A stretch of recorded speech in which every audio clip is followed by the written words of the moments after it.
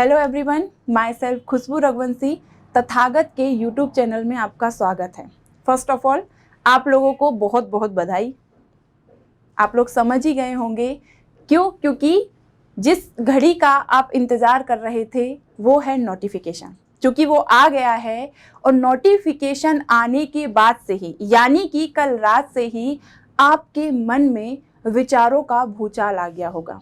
आप सोच रहे होंगे कि क्या पढ़ें, कहाँ से स्टार्ट करें, क्या क्या पढ़ें, शुरुआत कहाँ से करें। ये सारे जो विचार हैं ये कल रात से ही आपके मन में आ रहे होंगे। और इसमें सबसे ज़्यादा जो परेशान हो रहे हैं वो हैं बिगिनर, यानी कि जो स्टूडेंट जिन्होंने हाल ही में क्या किया है, पीएससी की प्रिपरेशन शुरू की है।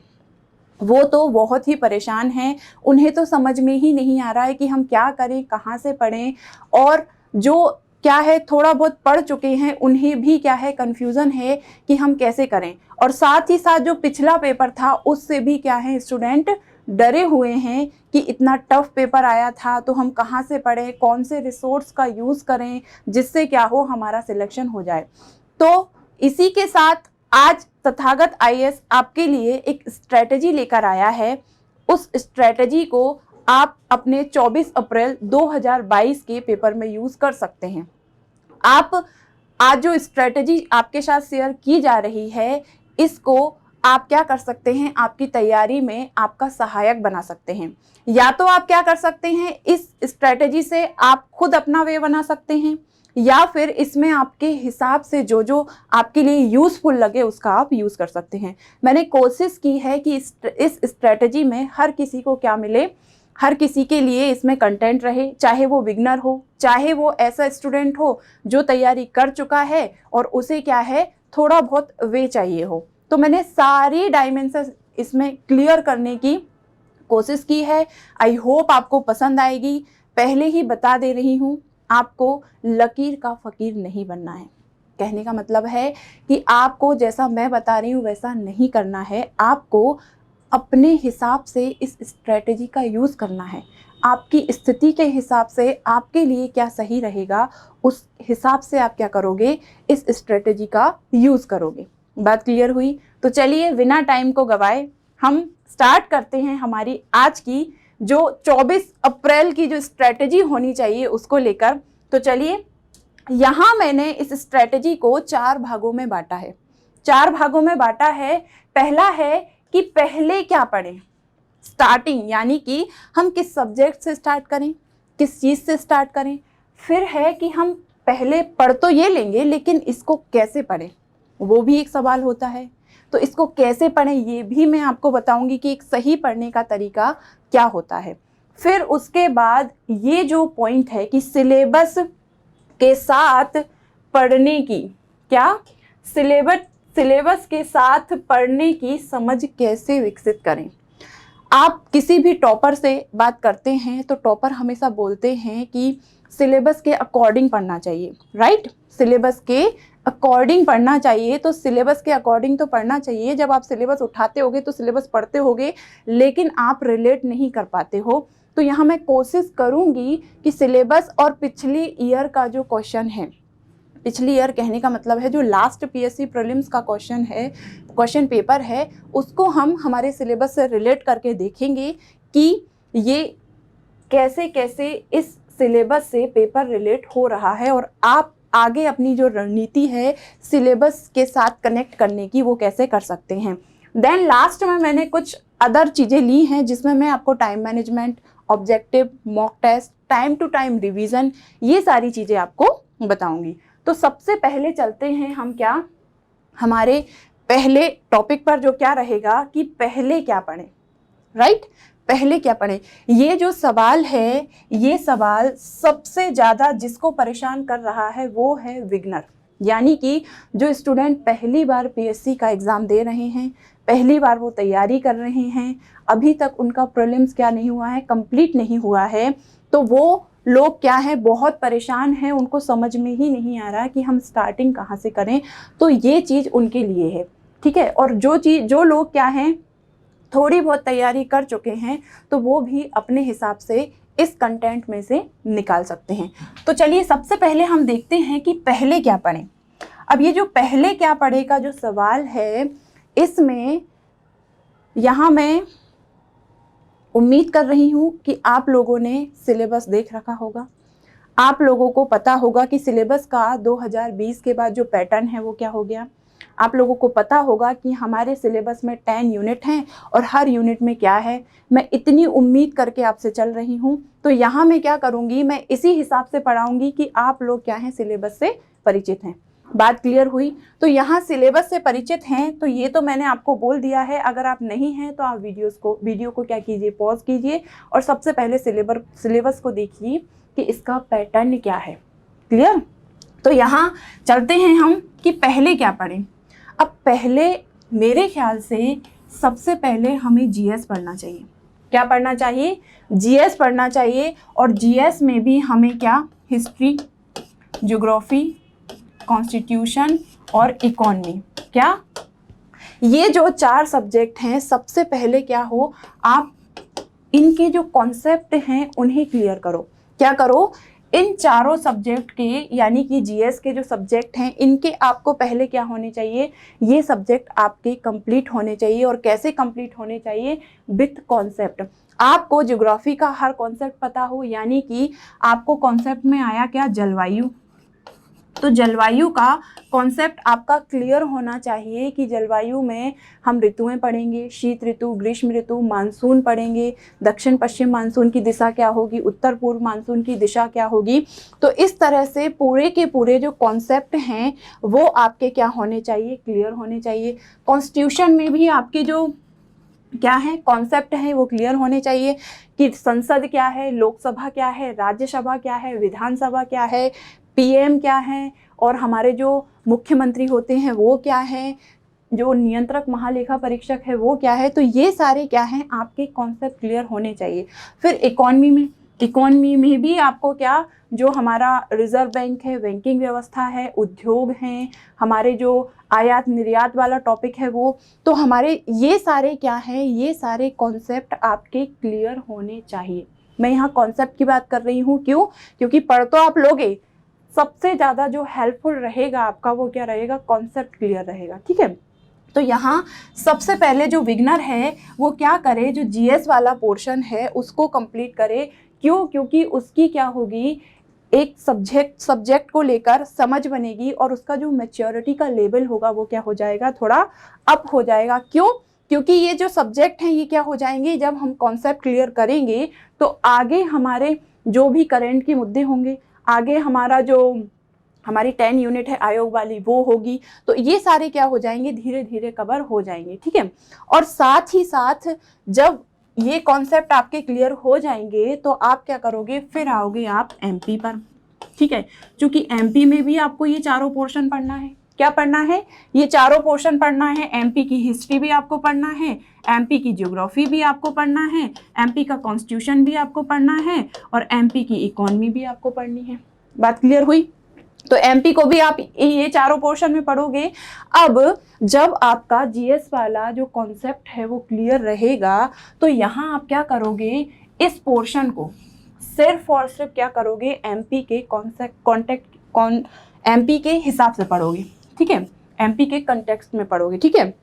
तो यहाँ क्या है, मान लीजिए आप एमपी की ज्योग्राफी पढ़ रहे हैं, एमपी की ज्योग्राफी में आपका जो कॉन्सेप्ट है जलवायु वाला क्या है, क्लियर है। तो यहाँ आप सोच लोगे कि जब दक्षिण पश्चिम मानसून भारत में यहाँ से यहाँ आता है तो एमपी में भी इस दिशा में ही आता होगा।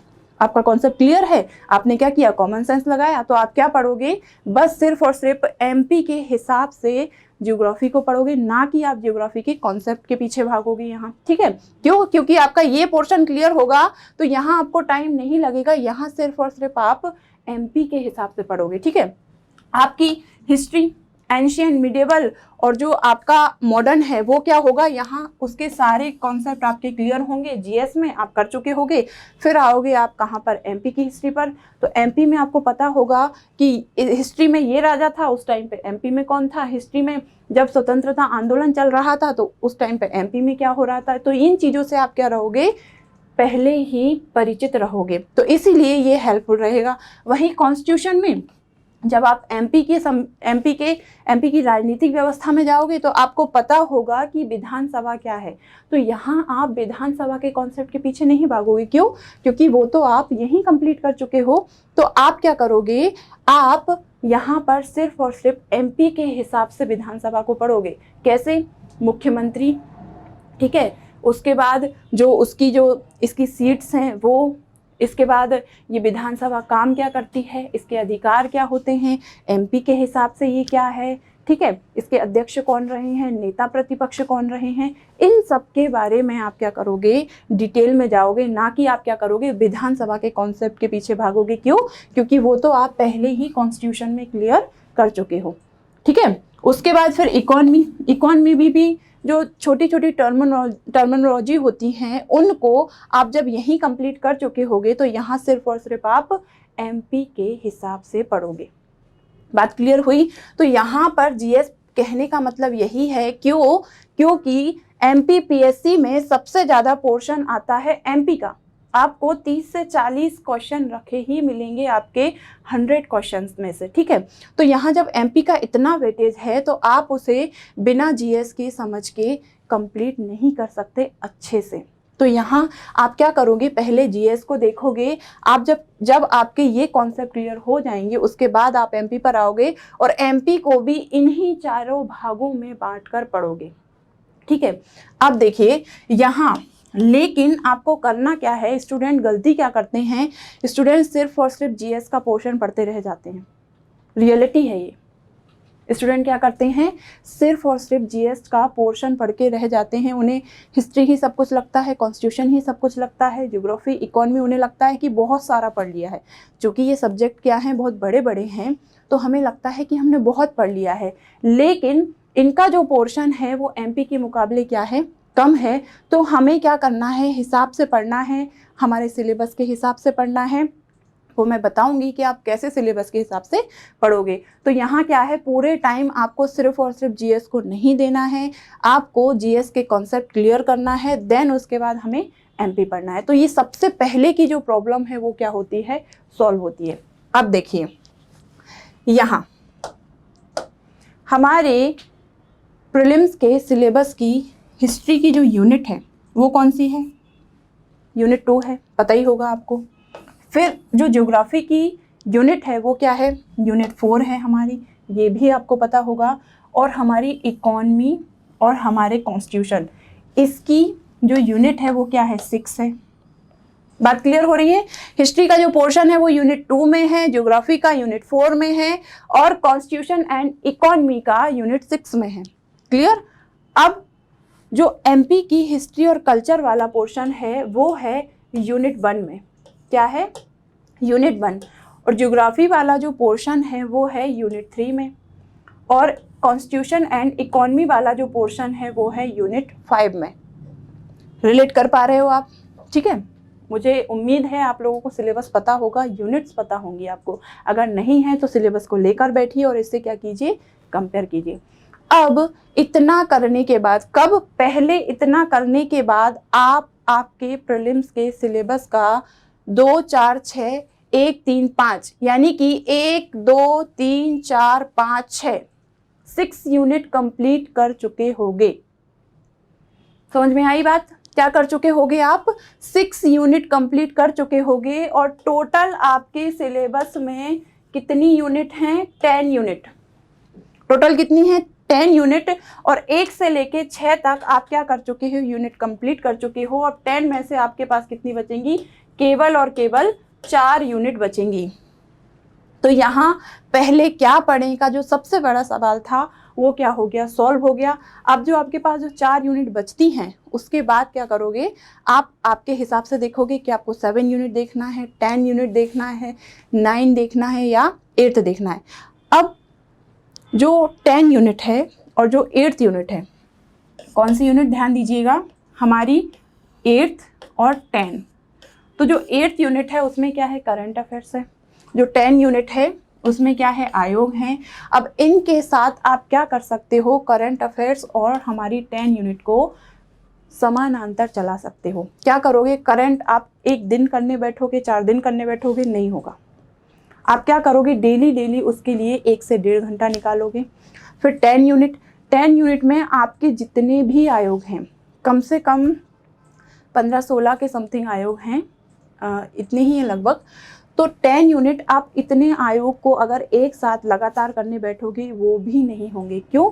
क्योंकि वो सारे उस टाइम पर हमें लगेगा हो गए हैं, लेकिन हम क्या करेंगे, उनको भूल जाएंगे। तो 10 यूनिट को भी आप क्या करो, आपके पूरे सिलेबस के पैरेलल चलाओ, यानी कि समानांतर चलाओ। तो 10 यूनिट में से आपको लगे आप एक दिन में 2 आयोग पढ़ सकते हो, आप एक दिन में 1 आयोग पढ़ सकते हो, आपकी कैपेसिटी के हिसाब से आप देख लेना। अब बची कौन सी हमारी 2 यूनिट, कौन सी यूनिट, 7 यूनिट और 9 यूनिट। तो जब आपका ये सारा कंप्लीट हो जाए उसके बाद आप 9 और 7 को भी देख सकते हैं। तो यहाँ ये सबसे बड़ा सवाल जो कि पहले शुरू में जो तैयारी कर रहे होते हैं या जो पहली बार प्रीलिम्स दे रहे हैं या फिर 1-2 दे भी चुके हैं लेकिन उन्होंने सही स्ट्रेटेजी से नहीं दिया है, तो उनकी कन्फ्यूज़न इस वाले क्वेश्चन के आंसर में मुझे लगता है ख़त्म हो गई होगी। ठीक है, और यहाँ वो लोग जिनके क्या हैं, कॉन्सेप्ट क्लियर हैं जीएस के, वो क्या करेंगे, जिस सब्जेक्ट के जिस पोर्शन में वो वीक हैं उसको कंप्लीट करेंगे पहले, फिर उसके बाद क्या करेंगे, एक रिव्यू देख लेंगे सबका।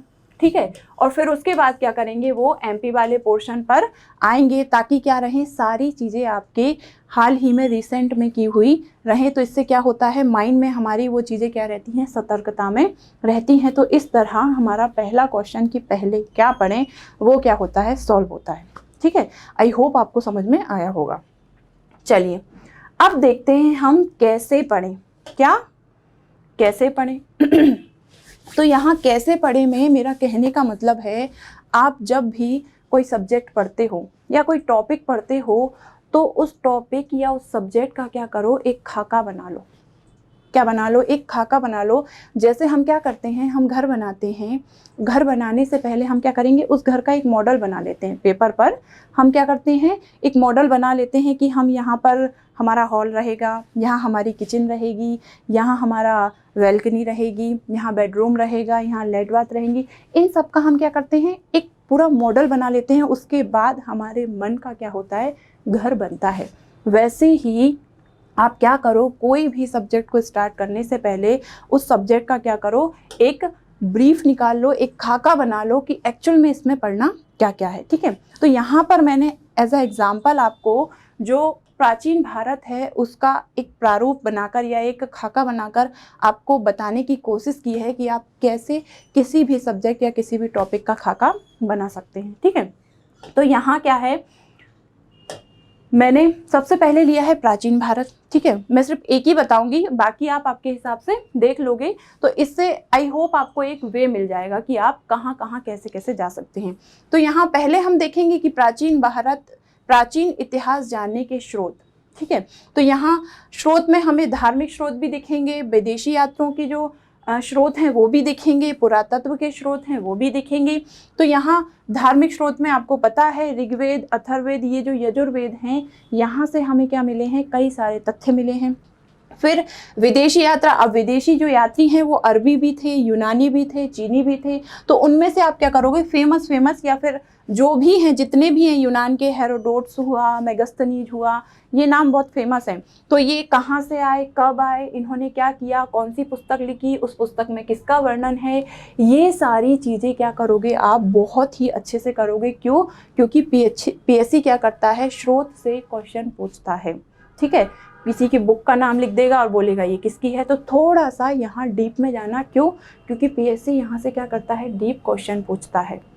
ठीक है, फिर क्या है, अरबी से जो आए हैं, अरब यात्री जो अलबरूनी आए, फिर चीनी जो फाइयान हेनसांग हैं, ये किस समय आए, किस राजा के काल में आए, इन्होंने क्या क्या किया, कौन सी पुस्तक लिखी, ये सब करना है। फिर पुरातत्व में हमें अभिलेख देखना है, गुफाएं देखना है, ये सारे क्या हैं, स्रोत हैं। वहाँ जो गुफा है वो किस धर्म से संबंधित है या किससे संबंधित है, अभिलेख किसने लिखा है, किसका उल्लेख है, पहली बार क्या मिला था।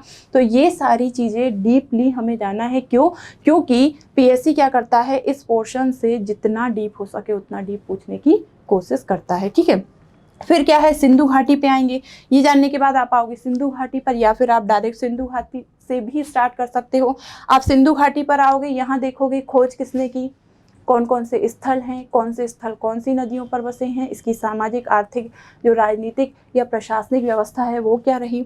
फिर आप आओगे वैदिक सभ्यता पर। वैदिक में आप वैदिक देखोगे, उत्तर वैदिक देखोगे। वैदिक में आप ऋग्वैदिक के बारे में जानोगे, उत्तर वैदिक में बाकी जो 3 वेद हैं उनके बारे में। फिर वैदिक सभ्यता की आप क्या करोगे, प्रशासनिक, सामाजिक, आर्थिक और राजनीतिक जो भी स्थिति रही है, जो भी विशेषताएं रही हैं, क्या करेंगे, उनके डीप से डीप जाएंगे। फिर आर्थिक में इनके व्यापार से रिलेटेड जो भी शब्दावलियां हैं उन पर क्या करोगे, आप ध्यान दोगे। क्यों? क्योंकि पीएससी कई बार व्यापार से रिलेटेड शब्दावलियों को पूछ चुका है। ठीक है, तो यहाँ फिर आप क्या करोगे, जब आपके ये दोनों चीजें कंप्लीट हो जाएंगी उसके बाद आप क्या करोगे, सिंधु घाटी और वैदिक सभ्यता को कंपेयर करके पढ़ोगे। क्या करके पढ़ोगे? तुलना करके पढ़ोगे। क्यों? क्योंकि कई बार क्या रहता है, चीज़ें क्या होती हैं, कन्फ्यूज़न में बिगड़ जाती हैं, या कन्फ्यूज़न में हम क्या करते हैं, गलत लिखाते हैं। तो यहाँ आप क्या करोगे, सिंधु घाटी सभ्यता, ठीक है, और वैदिक सभ्यता, इन दोनों को कंपेयर करके पढ़ोगे कि ये मान लीजिए ये मतलब, अरे हाँ, आप ऐसे याद करोगे कि ये क्या है, नगरीय सभ्यता है, ये ग्रामीण है, यहाँ मातृ सत्तात्मक है, यहाँ पितृ सत्तात्मक है, यहाँ व्यापार का ये लेबल है, यहाँ व्यापार का ये लेबल है। तो इस तरीके से आप क्या करोगे, जब पूरा टॉपिक पढ़ जाए आप मंथन करो, कंपेयर करके देखो, फिर जो कन्फ्यूज़न हो उसको उसी टाइम पर क्या करो, अपनी कॉपी में देखो, ताकि क्या होगा, ताकि ये जो कन्फ्यूज़न है वो एग्ज़ाम टाइम में आपको परेशान नहीं करेगी। ठीक है, फिर उसके बाद जैसे ही आप यहाँ आओगे, आपको पता है कि वैदिक, उत्तर वैदिक काल में क्या हुआ था, सारी चीज़ें बिगड़ गई थी, आडंबर, कर्मकांड, अंधविश्वास, ये सारी चीज़ें बढ़ गई थी। तो फिर जो धर्म सुधार के लिए जैन धर्म, बौद्ध धर्म आए, फिर जैन धर्म, बौद्ध धर्म से रिलेटेड चीज़ें आपको पता होना चाहिए। फिर उसी टाइम 6वीं शताब्दी में क्या हुआ था, महाजनपद काल आए। तो महाजनपद काल में मतलब कितने महाजनपद थे, उनकी राजधानियाँ क्या हैं, सबसे फेमस कौन है, कौन सा किस एरिया में है, भारत में कितने हैं, वर्तमान में उनसे क्या रिलेटेड है, ये सारी चीज़ें आप जानोगे। फिर महाजनपद से आप आओगे मौर्य साम्राज्य में, मौर्य के बाद आओगे मौर्योत्तर में। तो मौर्य में आप क्या करोगे, फेमस चीज़ें देखोगे और डीप में भी इसके जाओगे। फिर मौर्योत्तर में आप देखोगे कि यहाँ तो हमारा भारत क्या था, एक पूरा का पूरा एकता के रूप में दिखाई दे रहा था, लेकिन जैसे ही मौर्योत्तर आया तो कई क्या हो गया, कई वंशों, कई राज्यों में बट गया। जैसे सुंग, कण्व, सातवाहन, बेदी, यवन राज्य, जैसे यवन में जो कुषाण, पहलव, ये सब आए थे वो सब। तो यहाँ मौर्योत्तर में क्या करोगे, आप कई सारे वंश पढ़ोगे। फिर जब जैसे ही मौर्योत्तर खत्म होगा, आप कहाँ आओगे, गुप्त काल में आओगे। तो गुप्त काल को स्वर्ण काल क्यों कहते हैं, इसके प्रशासनिक, राजनीतिक और जो भी व्यवस्था है, सामाजिक व्यवस्था, उनके बारे में देखोगे। फिर आप देखोगे कि हमारा भारत मौर्योत्तर काल के बाद फिर एक हो जाता है और फिर गुप्त काल के बाद फिर बट जाता है। तो यहाँ गुप्तोत्तर काल में फिर आपको कई सारे वंश दिखाई देंगे, जैसे कि वाकाटक वंश हुआ, वर्धन या पुष्यभूति वंश हुआ। जैसे ही आपका यहाँ तक का खाका कंप्लीट होगा, आप आओगे कि यार अपन को कुछ दक्षिण भारत राज्य भी देखना है। फिर आप देखोगे कि दक्षिण भारत में पल्लव है, चोल हैं, चेर हैं, राष्ट्रकूट हैं, तो ये भी आपको देखोगे।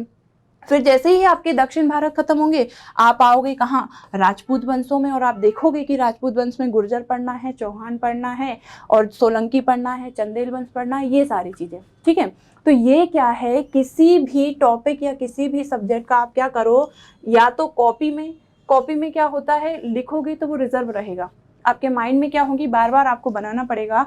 तो इस तरह किसी भी टॉपिक या किसी भी सब्जेक्ट का आप क्या करो, खाका बना के तैयार रखो कि एक्चुअल में मेरा वे क्या होना चाहिए पढ़ाई का, एक्चुअल में मैं जो पढ़ रहा हूँ मुझे कहाँ जाना चाहिए। तो इससे क्या होगा, सबसे बड़ा जो टॉपिक है कैसे पढ़ें, ये चीज़ क्या हो जाएगी, आपकी क्लियर हो जाएगी। तो प्राचीन भारत का एक खाका बनाकर मैंने आपको समझाने की कोशिश की है कि आप कैसे कैसे एक खाका बनाकर तैयारी कर सकते हैं। ठीक है, चलिए अब आते हैं, और थर्ड क्वेश्चन है हमारा, सिलेबस के साथ पढ़ने की समझ कैसे विकसित करें। ठीक है, इस क्वेश्चन से जो बिगनर हैं या फिर जो एक दो बार दे चुके हैं, तैयारी कर भी चुके हैं, वो लोग क्या हैं, बहुत परेशान रहते हैं कि सिलेबस से कैसे पढ़ें, सिलेबस में क्या दिया हुआ है, कैसे दिया हुआ है, उसको फिर हम क्वेश्चन आंसर में कैसे कन्वर्ट करें, हमारी थ्योरी से कैसे रिलेट करें, कई सारे क्वेश्चन रहते हैं।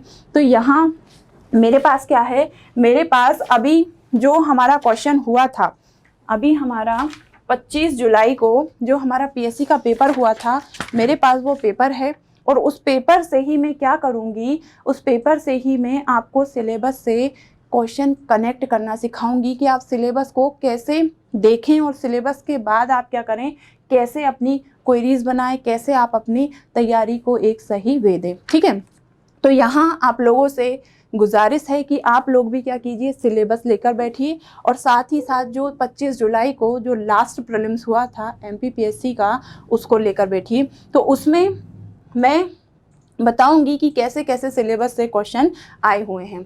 यहाँ मैं आपको एक बात पहले ही क्लियर कर देती हूँ कि मैं इस पेपर के बारे में ये बिल्कुल भी डिस्कस नहीं करूँगी कि ये टफ़ था, ये कैसा था, इसमें कैसे कैसे क्वेश्चन आए थे, वो मैं बिल्कुल भी डिस्कस नहीं करूँगी। मैं सिर्फ़ और सिर्फ आपको सिलेबस से रिलेट करना बताऊँगी और इसमें भी सारे क्वेश्चन नहीं होंगे, सिर्फ आपको क्या है एग्जाम्पल के हिसाब से कुछ कुछ टॉपिक के मैं दूंगी और इसमें जितने भी क्वेश्चन होंगे वो सारे क्वेश्चन केवल और केवल लास्ट पेपर के ही हैं। बाकी मैंने 19-18 किसी का भी प्रीलिम्स का पेपर नहीं लिया है, सिर्फ और सिर्फ मैं आपको जो 25 जुलाई 2021 को प्रीलिम्स हुआ था उसका आपको दिखाऊंगी। बात क्लियर हुई? तो आप क्या कीजिए, आप भी इन दोनों को लेकर बैठिए ताकि क्या हो, आप भी रिलेट कर पाएँ। क्यों? क्योंकि विदाउट अगर सिलेबस और पेपर लेकर आप बैठते हैं तो आपकी कुछ चीज़ें क्या होंगी, ऊपर से जाएंगी और साथ ही साथ इसमें आपका एक फ़ायदा और होगा कि आप क्या होंगे, आप सिलेबस के एक एक वर्ड से परिचित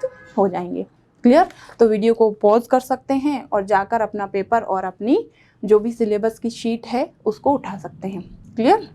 चलिए, अब सबसे पहले हमारी जो पहली यूनिट है और पहली यूनिट में क्या है, हमारा मध्य प्रदेश का इतिहास। क्या है? मध्य प्रदेश का इतिहास, संस्कृति और साहित्य। तो इसका जो लास्ट वाला फर्स्ट टॉपिक का जो लास्ट है क्या, राजवंश। एमपी में जाहिर सी बात है हम राजवंश पढ़ते हैं और पीएससी ने 25 जुलाई को जो पेपर हुआ था उसमें डायरेक्ट राजवंश पूछा। कौन सा? भोपाल रियासत। उसने क्वेश्चन क्या पूछा कि भोपाल राज्य के मूल संस्थापक कौन हैं। क्या? भोपाल राज्य के मूल संस्थापक उसने पूछ लिए। सबको पता है, जो थोड़ा बहुत जिसने भी पढ़ाई की होगी उसे पता है कि ये मूल संस्थापक इसके कौन है, दोस्त मोहम्मद खान है। तो इस तरह क्या हुआ, राजवंश से क्वेश्चन आ गया। ठीक है, फिर उसके बाद हमारा आता है क्या, स्थापत्य कला। हमारे सिलेबस में है स्थापत्य कला और स्थापत्य में क्या आएगी, जो हमारी गुफाएं हैं, जो हमारी क्या हैं और बाकी चीज़ें हैं वो आएंगी। तो यहाँ पीएससी ने डायरेक्ट क्वेश्चन पूछ लिया कि भीम बेटिका की खोज किसने की।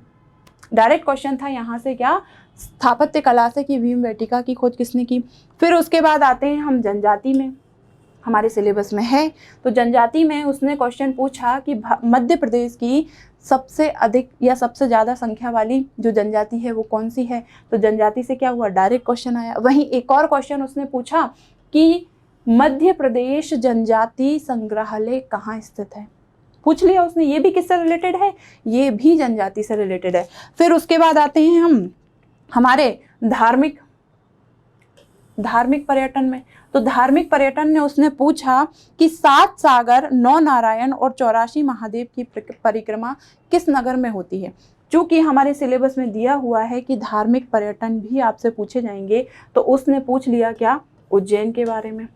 ठीक है, किसके बारे में पूछ लिया, उज्जैन के बारे में पूछ लिया। तो ये भी क्या है, हमारे सिलेबस से डायरेक्ट आया था। फिर पर्यटन स्थल में अगर हम और जाएं तो पर्यटन स्थल में उसने पूछ लिया कि सांची का वास्तविक नाम बताइए। क्या पूछा उसने, सांची का प्राचीन नाम बताइए। तो ये भी, सांची भी क्या है, हमारा एक पर्यटन स्थल है और उसने डायरेक्ट पूछ लिया क्या, पर्यटन स्थल। ठीक है, फिर आते हैं जनजाति व्यक्तित्व पर, सिलेबस में दिया हुआ है। जनजाति व्यक्तित्व पर उसने पूछा कि टाटिया भील का वास्तविक नाम क्या है। ये भी हमारे सिलेबस से डायरेक्ट है। क्यों? क्योंकि जनजाति व्यक्तित्व है कौन, टाटिया भील।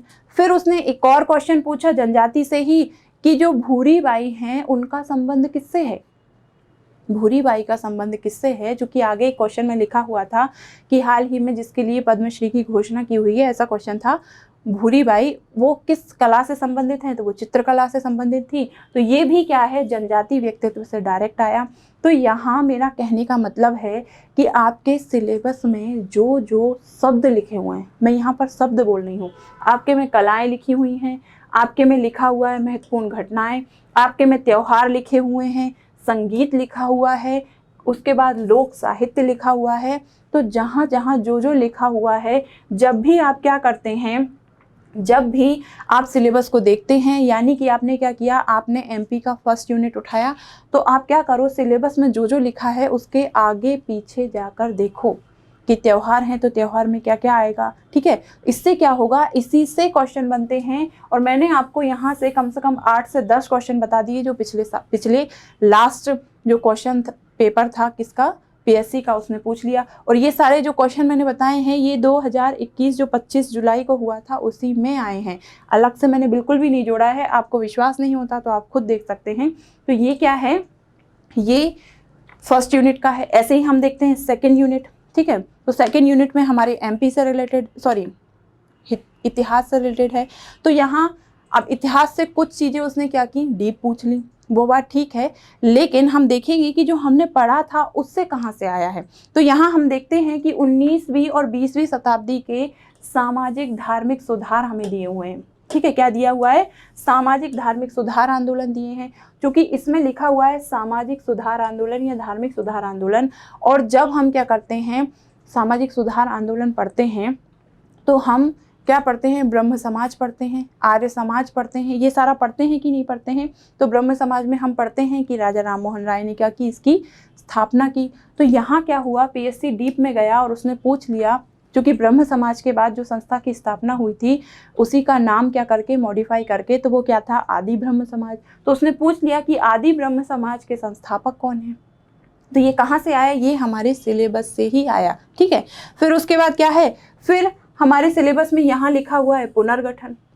पुनर्गठन लिखा हुआ है, और पुनर्गठन का एक अधिनियम आया था, बहुत फेमस अधिनियम है। और अधिनियम क्या था कि राज्य पुनर्गठन अधिनियम 1956। ठीक है, इसमें कितने संघ और कितने राज्यों की स्थापना की गई थी। तो ये डायरेक्ट कहाँ से आया, पुनर्गठन से आया। तो इस तरह सीधे सीधे क्वेश्चन हमें कहाँ से, सिलेबस से दिखाई देते हैं।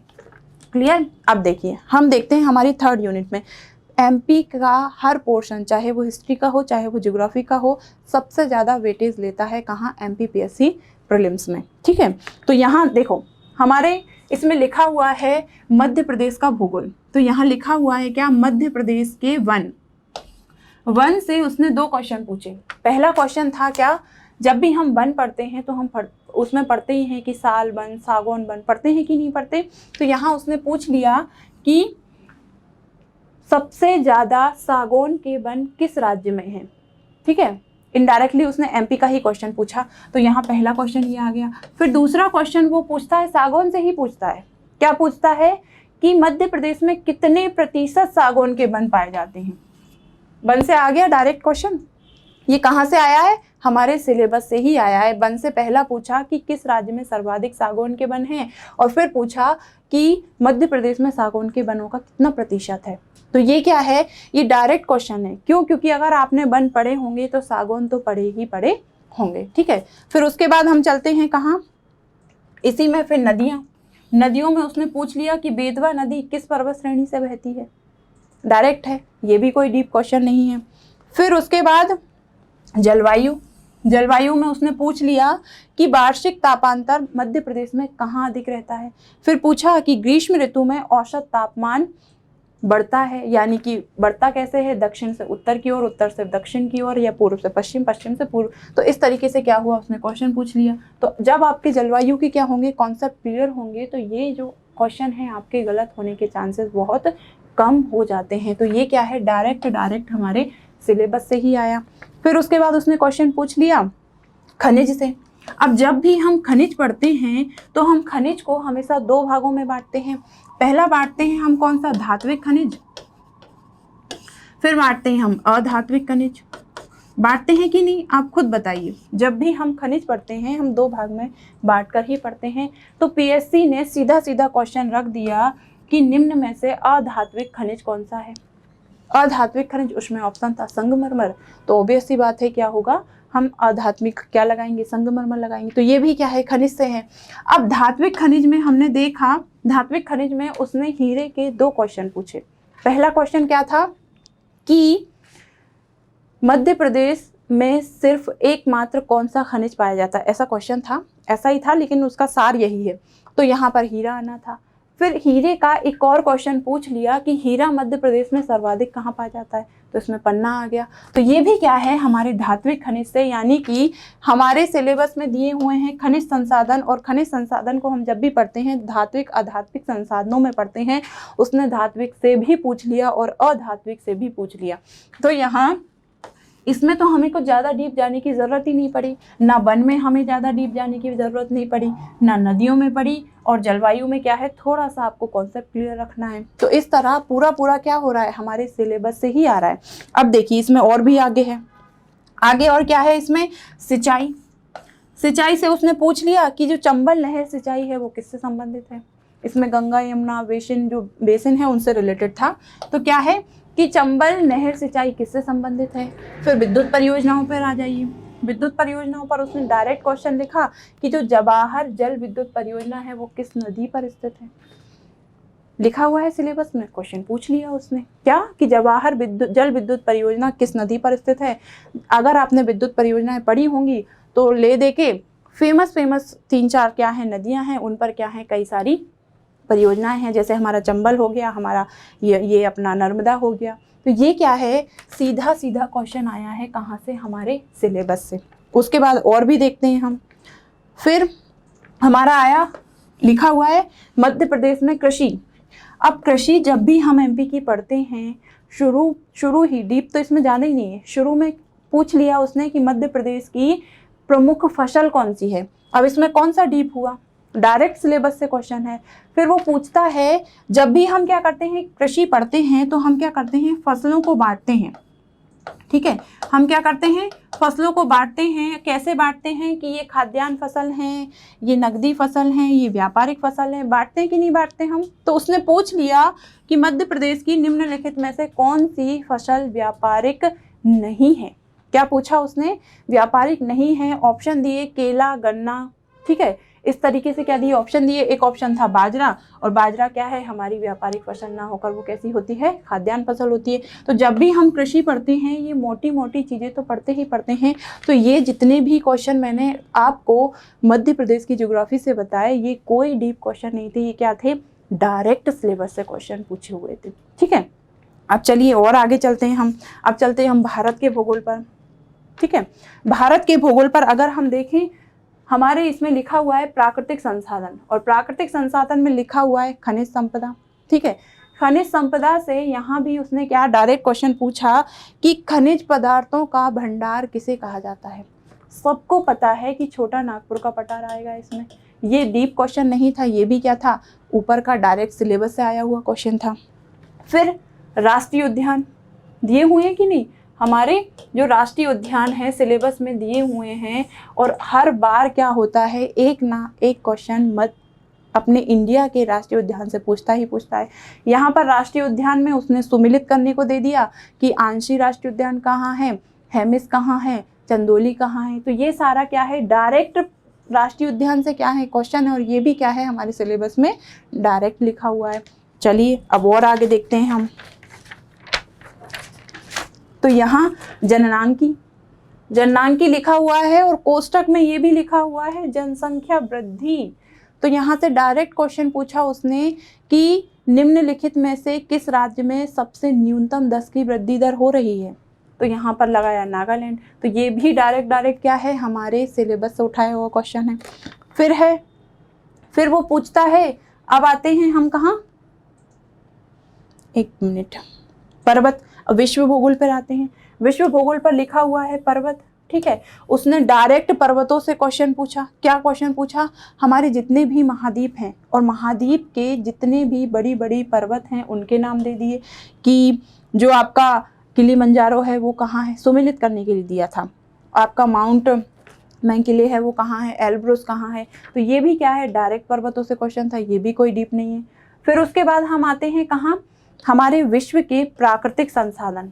विश्व के प्राकृतिक संसाधन जो वर्ल्ड ज्योग्राफी है उसमें हम देखते हैं प्राकृतिक संसाधन, और यहाँ उसने पूछ लिए घास के मैदान।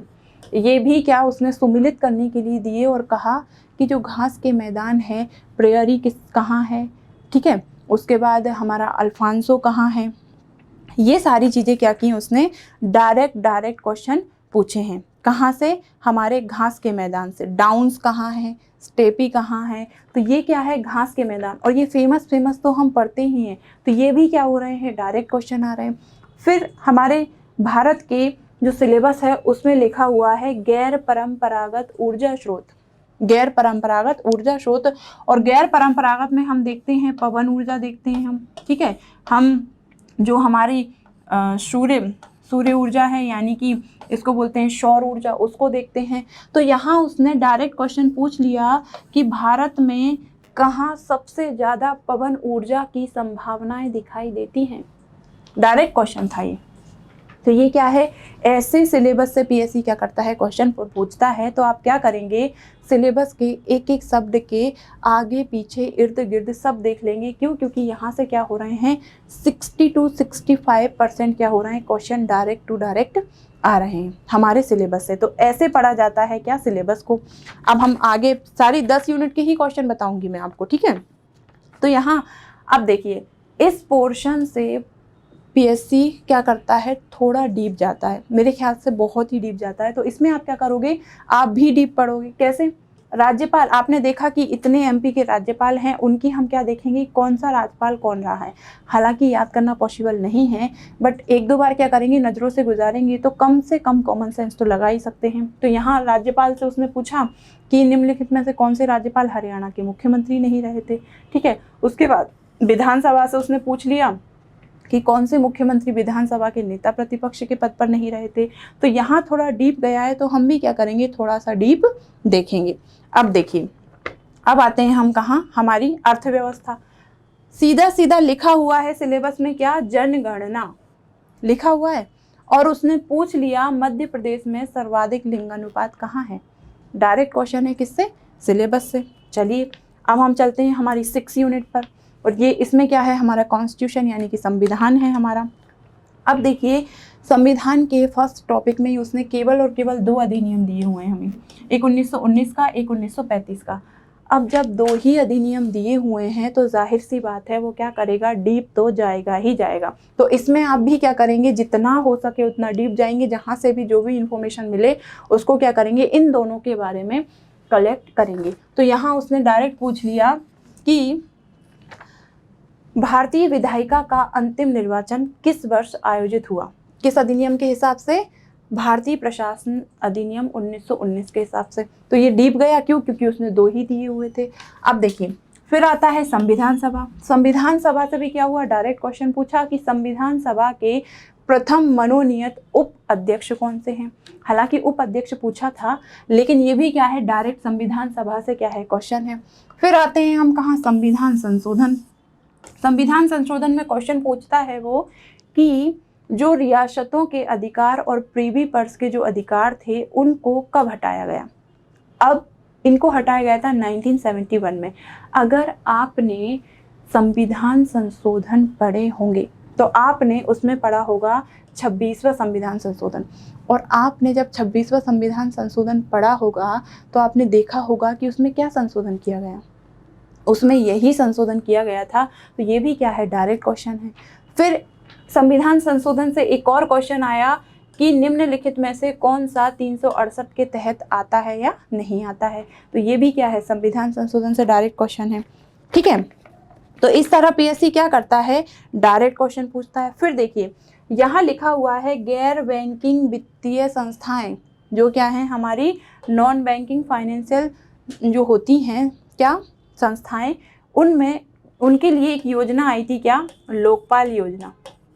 क्या आई थी, लोकपाल योजना आई थी, और ये आरबीआई द्वारा 2018 में क्या की गई थी, पेश की गई थी।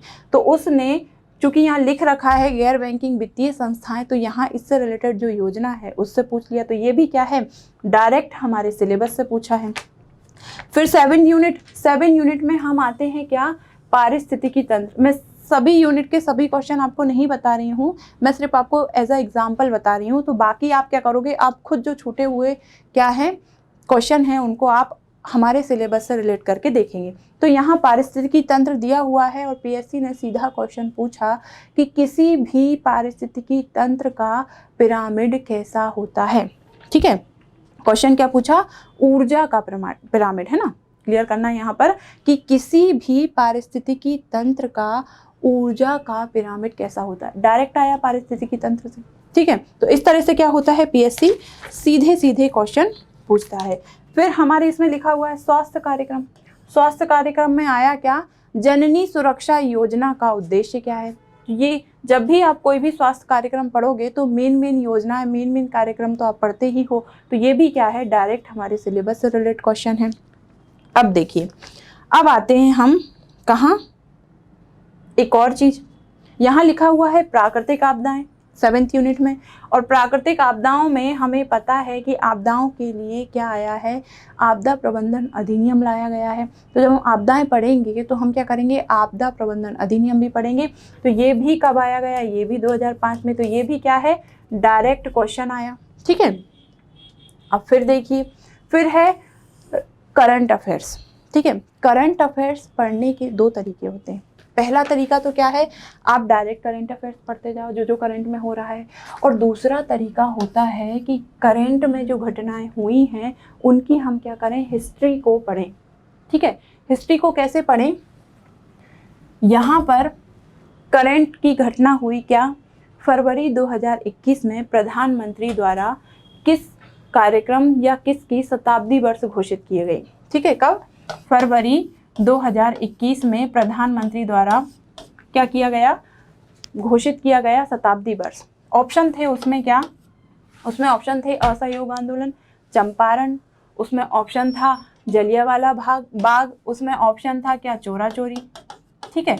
अब चूंकि चोरा चोरी हमें पता है 4 फरवरी 1922, एक बार डेट क्लियर कर लेना, बाकी सन सही है, क्या 1922 में घटित हुई थी। अब चूंकि ये करंट की चीज है, करंट की चीज क्या है कि पीएम ने क्या किया, इसका शताब्दी वर्ष घोषित किया, किसका, इसको।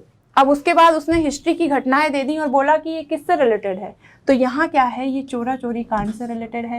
तो ये क्या है, ये थोड़े से कॉमन सेंस वाले क्या होते हैं, क्वेश्चन होते हैं। और करंट जब भी पढ़ो तो उसका क्या देखो, हिस्ट्री में कहाँ टच कर रहा है वो करंट का पोर्शन, वो भी आप पूरा क्या करोगे, इर्द गिर्द देखोगे। तो ये भी क्या है, सिलेबस के अकॉर्डिंग ही पढ़ने का एक तरीका है, ठीक है। एक और क्वेश्चन आपको बताती हूँ। चूंकि 2020 में क्या हुआ था, कोरोना अच्छा खासा परेशान कर रहा था। कोरोना क्या है, एक वायरस है, वायरस है कोरोना। वायरस को हिंदी में क्या बोलते हैं, विषाणु बोलते हैं, ठीक है। वायरस को हिंदी में क्या बोलते हैं मैडम, विषाणु बोलते हैं। अब उसने यहाँ से डायरेक्ट क्वेश्चन पूछ लिया कि राष्ट्रीय विषाणु विज्ञान संस्थान कहाँ स्थित है। डायरेक्ट क्वेश्चन पूछा, कहाँ से, यहाँ से। क्यों, क्योंकि कोरोना क्या है, वायरस है। चूंकि कोरोना से 2020 में हम बहुत परेशान रहे, इसको हिंदी में बोलते हैं विषाणु। और उसने डायरेक्ट क्वेश्चन पूछ लिया सिलेबस से क्या, कि विषाणु, राष्ट्रीय विषाणु विज्ञान संस्थान कहाँ है। तो ये भी क्या है, करंट का ही क्वेश्चन है, बट करंट को क्या किया है उसने, हिस्ट्री से रिलेट कर दिया है। तो ये सबसे अच्छा तरीका है प्रिपरेशन का। करंट के साथ आप क्या करो, अपनी हिस्ट्री को भी मजबूत करते जाओ। इससे क्या होगा, आपको आने वाले पेपर में क्या मिलेंगे, भले ही वो करंट का पेपर ना मिले, लेकिन उसका हिस्ट्री का क्वेश्चन आपको मिलने की संभावनाएं क्या रहती हैं, ज़्यादा रहती हैं, ठीक है। तो यहाँ भी कई सारी, अब चूंकि इसमें क्या मध्य प्रदेश की भी हैं, तो मध्य प्रदेश की भी क्या हुई, उसने खेल प्रतियोगिताएं, खेल पुरुष पूछ लिए, खेल पुरस्कार पूछ लिए कि वशिष्ठ जो क्या है अपना विश्वामित्र पुरस्कार किसको दिया जाता है, खेल प्रशिक्षकों को दिया जाता है। डायरेक्ट क्वेश्चन था हमारे, कहाँ से, क्यों, क्योंकि उसने दिया हुआ है कि मध्य प्रदेश के क्या है पुरस्कार, आपको बताना है। फिर उसके बाद होता क्या है, फिर मध्य प्रदेश की तीरंदाजी अकेडमी कहाँ है, ये भी कहाँ से आ रही है, संस्थाएं, ये भी डायरेक्ट आ रहा है क्या, तीरंदाजी अकेडमी पूछ लिया उसने। तो ये जो चीज़ें हैं ये कहाँ से आ रही हैं, ये करंट से ही, करंट पर ही क्या है, बेस्ड है। और खेल भी हमारे क्या यूनिट 8 में दिए हुए हैं, क्लियर। चलिए अब देखते हैं हम यूनिट 9, ठीक है। यूनिट 9 में क्या है हमारा, इलेक्ट्रॉनिकी सूचना संचार प्रौद्योगिकी। ये जो अभी तक हम कंप्यूटर पढ़ते थे वो वाला पोर्शन है, क्या कंप्यूटर पढ़ते थे वो वाला पोर्शन है। और इसमें से अधिकतर क्या होता है, फुल फॉर्म आता है। तो उसने प्यूमा पूछ लिया, ठीक है, उसमें XML पूछ लिया, उसके बाद हमारे सिलेबस में दिया हुआ है रोबोटिक्स। अब चूंकि रोबोटिक्स दिया हुआ है और रोबोटिक्स में हमारे भारत में व्योमित्र क्या बनाया गया था, रोबोट बनाया गया था, और वो क्या था, इसरो के गगनयान के लिए पहला ह्यूमनॉइड रोबोट था। ठीक है, क्या था, ह्यूमनॉइड रोबोट था। और ये क्या कर रहा था, ये इसरो की जो गगनयान है, जो क्या है, मानव युक्त क्या भेजना है, हमें अंतरिक्ष में भेजना है, उसके लिए था। तो चूंकि उस टाइम पर क्या था, व्योमित्र फेमस था, तो उसने क्या किया, व्योमित्र का क्या पूछ लिया कि व्योमित्र जो रोबोट है वो कौन सी संस्था बना रही है। तो ये भी क्या है, यहीं से क्वेश्चन है। फिर उसके बाद सोशल नेटवर्किंग साइट हमारे सिलेबस में दिया हुआ है, उसने पूछ लिया कि ट्री, ग्राफ, इनमें से कौन इसका प्रतिनिधित्व करता है। ठीक है, इंटरनेट, जब भी हम इंटरनेट पढ़ते हैं तो हम आईपी यानी कि इंटरनेट प्रोटोकॉल तो पढ़ते ही पढ़ते हैं। तो उसने क्या किया, IP6 इसमें बिट कितनी होंगी वो पूछ लिया। तो ये सारे क्या हैं, सारे हमारे सिलेबस से डायरेक्ट दिए हुए क्वेश्चन ही हैं। ठीक है, फिर संस्थाएं, इनमें से तो कई सारे क्वेश्चन थे, 10-12 इसमें से क्वेश्चन थे। निर्वाचन आयोग का पूछ लिया कि इनका जो वेतन है वो किसके बराबर होता है, पूछ लिया कि इनका कार्यकाल कितना होता है। राज्य निर्वाचन का तो डायरेक्ट क्वेश्चन पूछा कि मध्य प्रदेश राज्य निर्वाचन आयोग की स्थापना कब हुई। फिर उसके बाद इनसे भी क्वेश्चन पूछा, नियंत्रक महालेखा से भी क्वेश्चन आया था, नीति आयोग के प्रथम उपाध्यक्ष पूछ ली, डायरेक्ट क्वेश्चन था सिलेबस से। मानवाधिकार की जो सदस्य और जो अध्यक्ष होते हैं उनकी नियुक्ति जो करता है, उस समिति में कौन सदस्य नहीं होता है वो पूछ लिया। फिर उसके बाद उसने पूछा कि जो हमारा राष्ट्रीय हरित न्यायाधिकरण है वो क्या करता है, वो उसके खिलाफ सुप्रीम कोर्ट में अपील कितने दिन में की जा सकती है, ये भी ऊपर का क्वेश्चन था। फिर खाद्य संरक्षण आयोग किस कानून के तहत गठित किया गया, ये भी डायरेक्ट हमारे सिलेबस से क्वेश्चन था। तो यहाँ मैं बस आपको इतना समझाना चाह रही हूँ कि जो लोग बोलते रहते हैं कि सिलेबस के हिसाब से क्या करो, तैयारी करो, तो सिलेबस के हिसाब से ऐसे तैयारी की जाती है कि सिलेबस में जो वर्ड लिखा हुआ है हम क्या करें, उसके आगे पीछे का देखें। तो यहाँ आपकी जो सबसे अच्छी स्ट्रैटेजी होगी आपकी खुद की होगी, और वो क्या होगी कि आप क्या करेंगे, सिलेबस के जो पॉइंट लिखे हुए हैं, सिलेबस में जो वर्ड लिखे हुए हैं, एटलीस्ट उन वर्डों को तो आप क्या करेंगे, बहुत अच्छे से तैयार कर लेंगे, चाहे वो छोटा सा ही क्यों ना हो, वो वन क्यों ना हो, वो खनिज क्यों ना हो। बात क्लियर? ठीक है, चलिए अब हम हमारे लास्ट पोर्शन पर आते हैं। और लास्ट पोर्शन है हमारा कौन सा, लास्ट पोर्शन है हमारा ये सब। इनके बारे में कई स्टूडेंट क्या करते हैं, क्वेश्चन पूछते हैं कि मैम ये कैसे करें, ज़रूरी है कि नहीं है। तो यहाँ देखिए, सबसे पहले मैं आपको बताऊंगी क्या, टाइम मैनेजमेंट। अब टाइम मैनेजमेंट में मैं यहाँ आपको पहले ही क्लियर कर दूँ कि मैं यहाँ आपको ये बिल्कुल नहीं बताने वाली हूँ कि आप इतने घंटे पढ़िए, आप उतने घंटे पढ़िए। क्लियर? ये मैं बिल्कुल नहीं बताऊँगी। टाइम मैनेजमेंट कहने का मेरा जो फंडा है वो ये है कि कई स्टूडेंट क्या हैं असमंजस में हैं कि प्री प्लस मीन्स पढ़ें कि केवल प्री पढ़ें। क्या प्री प्लस मीन्स पढ़ें कि केवल प्री अकेला पढ़ें। फिर कई स्टूडेंट इस प्रॉब्लम में भी हैं, उनकी क्या है, क्लासेस चल रही हैं, ठीक है, उनकी तैयारी अभी चल ही रही है, तो वो तो उन्हें लगता है कि हमारी क्लासेस ही हमारी 5-6 घंटे की होती हैं, फिर हम हमारी टाइम को मैनेज कैसे करें। ठीक है, तो ये क्या करेंगे, हम टाइम मैनेजमेंट देखेंगे। वहीं हम इसमें देखेंगे कि हमारे आज से लेकर एग्ज़ाम तक लगभग हमारे पास क्या है, 120 दिन हैं, और उनमें हम हमारे सिलेबस को कैसे कंप्लीट करेंगे। तो टाइम मैनेजमेंट में मैं आपको क्या करूँगी, ये तीनों चीज़ें दिखाऊंगी। तो यहाँ सबसे पहले प्री प्लस मीन्स के कन्फ्यूज़न को अगर हम लें तो यहाँ मैं सीधा सीधा बोलूँगी कि जो पोर्शन हमारे प्री और मीन्स में क्या है, कॉमन है, चाहे वो एमपी का क्या हो पोर्शन हो, हिस्ट्री हो, ज्योग्राफी हो, कॉन्स्टिट्यूशन हो, इकोनॉमी हो, कुछ हमारा पर्यावरण वाला पोर्शन हो, साइंस वाला पोर्शन हो, तो ये जो प्री प्लस मीन्स में क्या है, कॉमन है, उनको आप लेकर चल सकते हो। बट ये पर्सन टू पर्सन डिपेंड करेगा कि कोई स्टूडेंट ऐसा है कि वो क्या है, प्री में ही घबराया हुआ है कि मेरा तो हो ही नहीं पाएगा, तो उसे लगता है तो वो क्या करेगा, वो प्री अकेला भी पढ़ सकता है। क्यों? क्योंकि जब वो प्री अकेला भी पढ़ रहा है तब भी उसके जो कॉमन वाले पोर्शन हैं उसमें मीन्स के 3 और 5 नंबर के जो क्वेश्चन हैं वो कंप्लीट हो रहे हैं। बात समझ में आई? तो यहाँ वो भी ना घबराए कि हम क्या कर रहे हैं, सिर्फ प्री पढ़ रहे हैं और हमारे पास वाले क्या कर रहे हैं, प्री और मेंस दोनों लेकर चल रहे हैं। तो बात समझ में आई? तो यहाँ आप प्री और मेंस में सिर्फ वही टॉपिक उठाएंगे जो क्या होंगे, कॉमन होंगे, और जो मेंस नहीं उठा रहे हैं, केवल प्री उठा रहे हैं, तो वो भी निश्चिंत रहें। क्यों? क्योंकि प्री में जो कॉमन पोर्शन है उसके 3 और 5 नंबर के जो क्वेश्चन हैं वो आपके कंप्लीट हो जाएंगे। ठीक है, तो ये क्या हुई, ये आपकी कंफ्यूजन आई होप दूर हुई होगी। तो ये क्या करोगे, लेकिन जो प्री मीन्स कॉमन वाली चीज़ें हैं ये सिर्फ और सिर्फ आप क्या करोगे, जनवरी तक ही देखोगे। ठीक है, उसके बाद आप क्या करोगे, पूरा प्रीलिम्स पर फोकस करोगे। फिर क्लास के साथ तैयारी कैसे करें, स्टूडेंट बड़े क्या होते हैं, दुखी होते हैं। तो यहाँ इनके लिए एक सॉल्यूशन ये है कि आप क्या करें, आपकी क्लास में जो टॉपिक चल रहा है, आपकी क्लास में जो टॉपिक चल रहा है, मान लीजिए आपकी क्लास में क्या है, कॉन्स्टिट्यूशन का टॉपिक चल रहा है और वो भी राष्ट्रपति के ऊपर चल रहा है। क्या चल रहा है, राष्ट्रपति के ऊपर आपकी क्लास में कोई टॉपिक चल रहा है। तो आप क्या करो, राष्ट्रपति को आकर क्या करो, क्लास के बाद आप राष्ट्रपति तो क्लास में पढ़ाए, आप क्या करो, आकर राष्ट्रपति के ऑब्जेक्टिव, जितने भी ऑब्जेक्टिव हैं राष्ट्रपति से रिलेटेड, जो जो आपने आज क्लास में पढ़ा है उसको क्या करेंगे, आप अपने रूम या अपने घर जाकर आप क्या करोगे, उन राष्ट्रपति के ऑब्जेक्टिव को देखोगे। बात क्लियर हुई? अगर आपका हिस्ट्री में एंशिएंट हिस्ट्री चल रहा है तो आप एंशिएंट हिस्ट्री के ऑब्जेक्टिव लगाना शुरू कर दो। क्यों? क्योंकि क्लास में आप वो तो पढ़ ही रहे हो, आपके जो कॉन्सेप्ट हैं वो क्लियर हो ही रहे हैं। तो इस तरीके से ये क्लास वालों के लिए है। अब आते हैं हम क्या, 120 दिन, 120 दिन आपके पास हैं।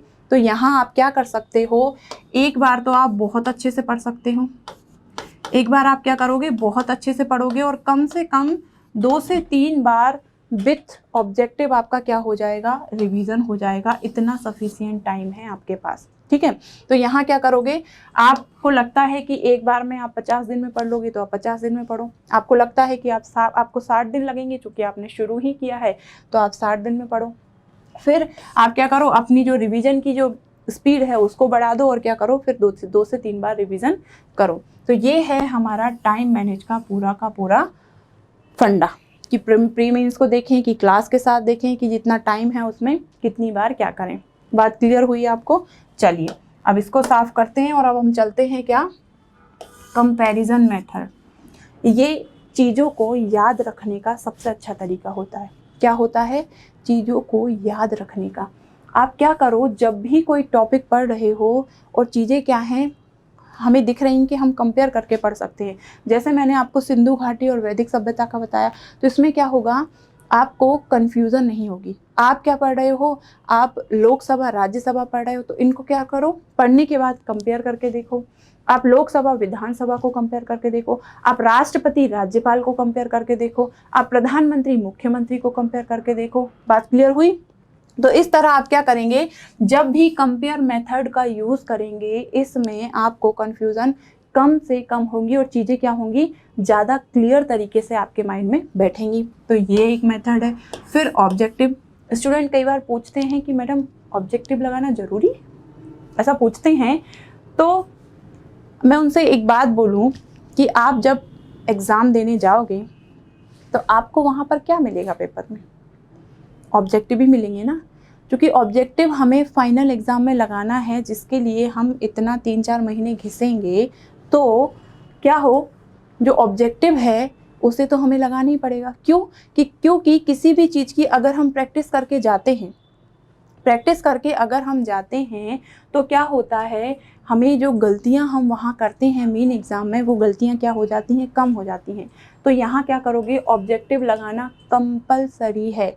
कम से कम आपको सारे सब्जेक्ट के 10 यूनिट के मिलाकर कितना, कम से कम आपको 20 से 25 हज़ार ऑब्जेक्टिव लगाकर जाना है। ठीक है, और ऑब्जेक्टिव लगाने का एक जो तरीका है, आप एक्टिव तरीके से क्या लगाओ, ऑब्जेक्टिव लगाओ। एक्टिव तरीके से कैसे, एक्टिव तरीके से ऐसे कि आप ऑब्जेक्टिव लगा रहे हो तो आप क्या करो, आप एनालाइज करो कि मैंने 100 ओटी लगाए तो 100 में से मेरे 70 सही हुए, यानी कि मेरे 30 गलत हुए। अब दूसरी बार आप लगाएंगे तो आप क्या करो, उस 30 को कम करने की कोशिश करो कि आज 100 में से मैं कम कितने लगाऊंगा, 75 लगाऊंगा या लगाऊंगी। तो आपके कितने कम हो रहे हैं, 25 कम हो रहे हैं। तो इस तरह आप क्या करो, आपके ओटी लगाने की जो प्रोसेस है उसको एनालाइज करो। इससे क्या होगा, इससे आपकी जो गलतियां हैं उनमें सुधार जल्दी से कर पाओगे। क्लियर। अब देखिए, अब देखते हैं टाइम टू टाइम रिवीजन। इसके बारे में तो क्या ही बोलूँ मैं। टाइम टू टाइम रिवीजन, जितनी कथा मैं शुरू से लेके अभी तक सुना रही हूँ ना, आपको पढ़ाने का जो मैंने बोला है वो आप कर लोगे, लेकिन आप रिवीजन नहीं करोगे तो ये कोई मतलब का नहीं रहेगा। ठीक है। जितना आप पढ़ोगे, 2-2.5 महीने पूरा एक बार पढ़ोगे, और अगर आप इस पोर्शन को क्या करते हो, स्किप करते हो, तो कोई मतलब का आपका पढ़ना नहीं रहेगा। तो आपको क्या करना है, रिवीजन करना ही करना है। अब रिवीजन के कई तरीके होते हैं, आप अपने हिसाब से देख सकते हो। या तो आप वीकली रिवीजन कर सकते हो, या 15 दिन में रिवीजन के लिए देख सकते हो, या आप 1 महीने के लिए रिवीजन के लिए देख सकते हो। ठीक है। या फिर कोई पोर्शन ऐसा है जो आपको याद ही नहीं होता, तो उसके आप क्या करो, उसको बार बार देखो। ठीक है। तो ये भी क्या है, रिवीजन करना ही करना है। Last and most, test series या मॉक टेस्ट। ठीक है। अब कई स्टूडेंट ये भी पूछते हैं, मैडम इनको लगाने से क्या होता है, कोचिंग की टेस्ट सीरीज के क्वेश्चन तो फंसते ही नहीं हैं, फिर क्या मतलब है इनको लगाने से। ऐसा होता है ना कभी कभी कंफ्यूज। लेकिन टेस्ट सीरीज का जो सबसे बड़ा रोल है वो ये है कि आप क्या करते हो, जब टेस्ट देते हो तो आपको एग्ज़ाम वाली फीलिंग का क्या करना पड़ता है, सामना करना पड़ता है। और आप जितनी बार टेस्ट दोगे उतनी बार आप क्या करोगे, एग्ज़ाम हॉल को क्या करोगे, फील करोगे, और आप क्या करोगे, उसके फ्रेंडली हो जाओगे। तो जब मेन एग्ज़ाम हॉल में आप बैठोगे तो उससे क्या होगा, उससे आप में जो हेजिटेशन होती है उसकी जो मात्रा है वो उस टाइम से क्या हो जाएगी, कम हो जाएगी। तब जब आप क्या करोगे, टेस्ट सीरीज के जो माहौल है उसको बार बार आप फील कर चुके होगे। ठीक है। तो यहाँ टेस्ट सीरीज लगाना क्या है, मेरे हिसाब से बहुत इम्पोर्टेंट है। क्यों? क्योंकि हमारी क्या होती हैं, जो एक एटमॉस्फेयर होता है वो हमें ये प्रोवाइड कराती है, और वहाँ पर हम क्या करते हैं, एग्ज़ाम हॉल जैसी फीलिंग लाते हैं। अब दूसरी बात कि अभी तो पढ़ा ही नहीं है, टेस्ट में तो नंबर ही नहीं आते हैं, तो नंबर नहीं आते हैं, हम डिमोटिवेट होते हैं। तो यहाँ मैं आपको बता दूँ कि यहाँ आप कितने ही ले आओ कोई मतलब नहीं है। आपके पास वाला 90 ला रहा है और आप 40 ला रहे हो, कोई मतलब नहीं है। क्यों? क्योंकि मेन एग्ज़ाम में आपको क्या करना है, मेन फाइट करना है। तो यहाँ आप डिमोटिवेट ना हो, एटलीस्ट आप इतना मन में रखें कि हम उनसे तो अच्छे हैं जो टेस्ट नहीं दे रहे हैं। क्या? हम उनसे तो अच्छे हैं जो टेस्ट नहीं दे रहे हैं, भले ही हमारे कम नंबर आ रहे हैं, हम क्या कर रहे हैं, उस स्थिति से जूझ रहे हैं। बात क्लियर हुई? तो इन सारे पोर्शन से आई होप आपके जो छोटे छोटे क्वेश्चन रहते हैं वो क्या हुए होंगे, कंप्लीट हुए होंगे।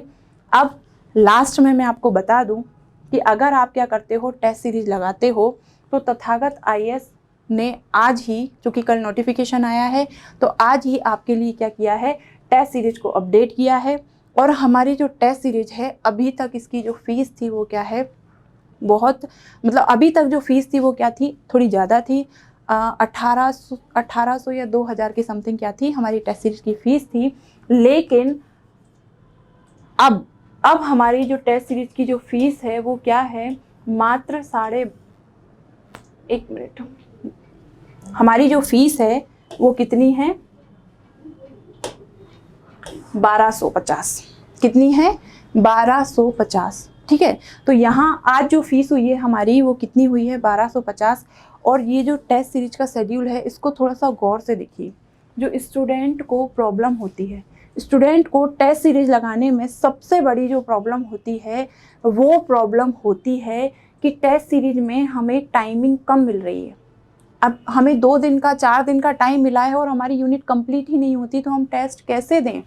सबसे बड़ी प्रॉब्लम यही आती है कि नहीं आती? तो आपकी इसी प्रॉब्लम को ध्यान में रखते हुए तथागत आईएएस ने क्या किया है, पहले राउंड में कहने का मतलब है आपकी 1 यूनिट से 10 यूनिट तक आपको एक हफ्ते का पूरा टाइम दिया गया है, ताकि आप क्या करो, ताकि आप आपकी हर यूनिट को इत्मीनान से बहुत ही अच्छे डीप और विथ ऑब्जेक्टिव क्या कर सको, पढ़ सको। तो ये क्या है, ये हमारे फर्स्ट राउंड का शेड्यूल है। ठीक है।